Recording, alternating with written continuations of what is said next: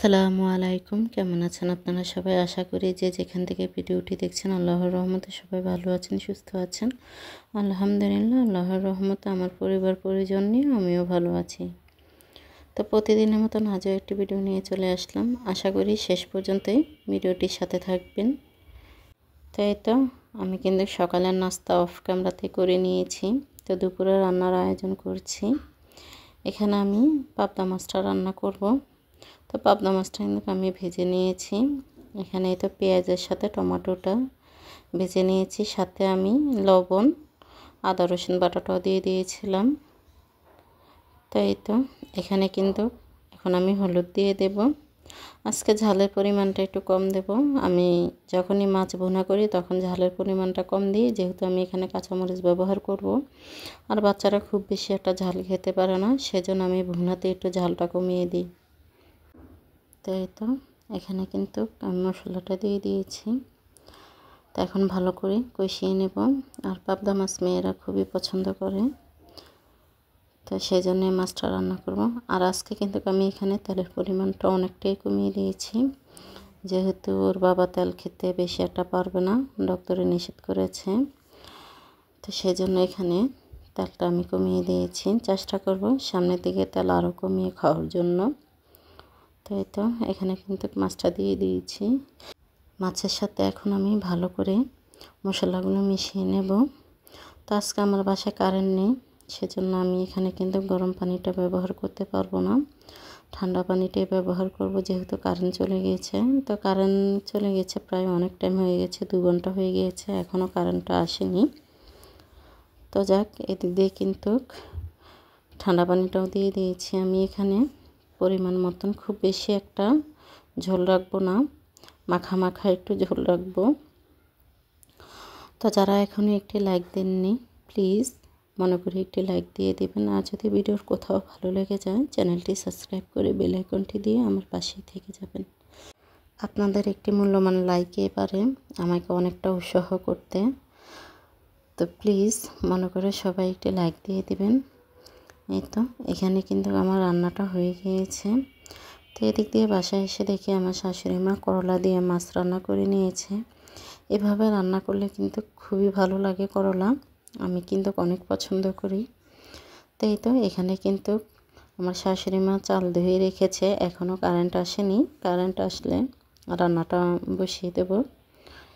তো এই তো এখন কিন্তু আমি সব কিছু মুছে পরিষ্কার করে নেব। আমি যখনই রান্না করি তখনই চেষ্টা করি চুলাটা পরিষ্কার করে নিতে। এত পরিষ্কার পরিচ্ছন্নতা রাখি, তারপরও কোথা থেকে এত পিঁপড়া আসে একটু বলতে পারি না। যে আমার ঘরে ইদারিনে অনেক পিঁপড়া হয়েছে। তো দেখেন আমার কিন্তু পুরো বাসাটাই আমি গুছিয়ে পরিষ্কার করে রাখি, প্রতিদিনই ক্লিন করে রাখি, তারপরও এত পিঁপড়া আসে। তো এই তো আমার কিন্তু সব কিছুই পরিষ্কার করা হয়ে গিয়েছে।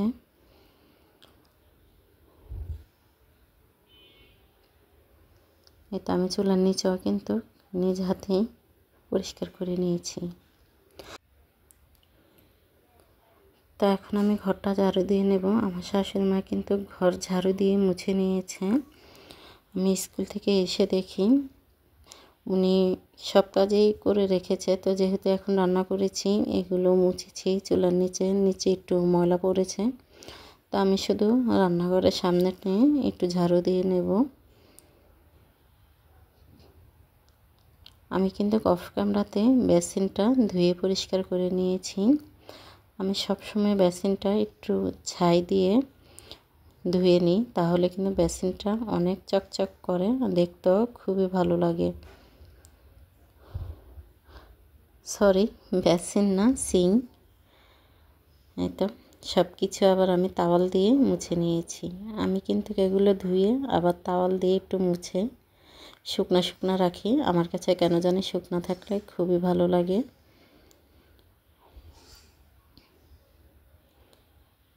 রান্নাঘরের কাজটা কমপ্লিট করে গোসল করতে চলে যাব, নামাজ পড়বো। আবার জোহরের আজান কিন্তু দিয়ে দিয়েছে। এই রোদ এই বৃষ্টি হচ্ছে, এদিক দিয়ে 2 মেয়ে স্কুলে বড় মেয়ে কলেজে, মেয়েদেরকে আবার আনতে যেতে হবে, সেজন্য একটু তাড়াতাড়ি কাজগুলো করতে চেষ্টা করি। সময় হাতে নিয়ে যদি কাজ করেন, আপনি 1 ঘন্টার ভিতরে শেষ করবেন, তাহলে কিন্তু 1 ঘন্টার ভিতরে কাজগুলো শেষ করা যায়। তো এই তো আজকে কিন্তু আপনাদের সাথে কিভাবে ঘরে বসে একজন নারী উদ্যোক্তা হতে পারে ওই বিষয়টাই কথা বলবো। তো দেখেন, এখানে কিন্তু 3 পিস, এই 3 পিসগুলো আমার শাশুড়ি মা নিয়ে আসে। উনি কিন্তু ঘরে বসে বিক্রি করে, কোথাও যেতে হয় না। আমি নিজেও আমার শাশুড়ি মাকে 3 পিস এনে দিই, উনি বিক্রি করে। উনি কিন্তু কোথাও যায় না, বাসায় বসেই বিক্রি করে। তো কোথা থেকে আমরা কাপড় নিয়ে আসব? আমরা কিন্তু ইসলামপুর, বান্টি বাজার, নিউ মার্কেট, বাবুরহাট, এখান থেকে আপনি ভালো তো উন্নত মানের 3 পিস নিয়ে আসতে পারবেন। এখানে কিন্তু পাইকারি দামে খুবই সুন্দর সুন্দর 3 পিস বিক্রি করে। আপনি দেখে আপনার পছন্দ মতন আপনি নিয়ে আসবেন। তো কী কী কাপড় নিয়ে আসবেন? সুতি কাপড় নিয়ে আসবেন, 3 পিস নিয়ে আসবেন, বিছানার চাদর নিয়ে আসবেন।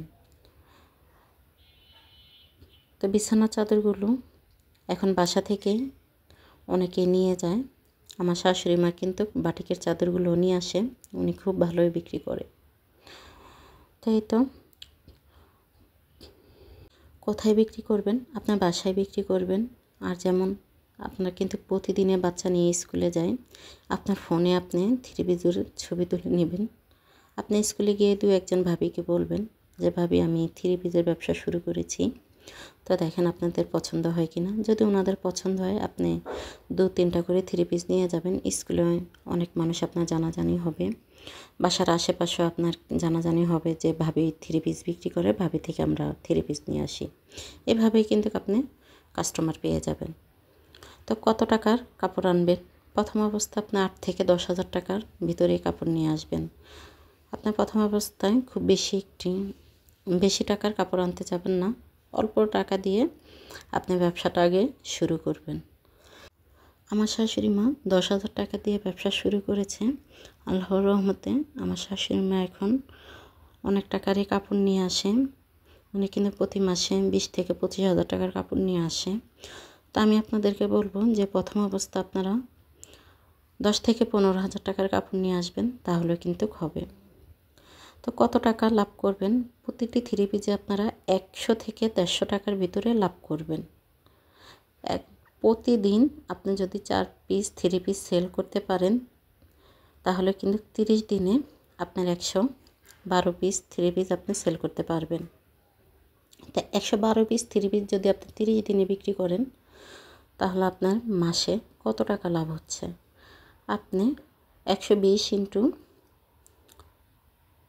100 টাকা লাভ রেখে আপনি ইন্টু দিলে পেয়ে যাবেন 12,000 টাকা প্রতি মাসে আপনার লাভ করতে পারছেন। এভাবেই কিন্তু আপনি আস্তে আস্তে 3 পিসের ব্যবসাটি শুরু করবেন। প্রথম অবস্থায় দেখবেন আপনি ঘরে বসে সংসার সামলিয়ে, বাচ্চাদের সামলিয়ে আপনি কিন্তু ঘর থেকে 12,000 টাকা কি 15,000 টাকা আপনার প্রথম অবস্থায় লাভ করতে পারবেন। তো আপনি ঘরে বসে এভাবে কিন্তু 3 পিসের ব্যবসাটি শুরু করতে পারেন। খুব বেশি লাভ করবেন না, সীমিত লাভ করবেন, দেখবেন কাস্টমার আপনার কাছে আসতে হবে। তো যাক, অনেক কথাই বললাম, আজকের মতন এই পর্যন্তই। সবাই ভালো থাকবেন, সুস্থ থাকবেন। আসসালামু আলাইকুম, আল্লাহ হাফিজ।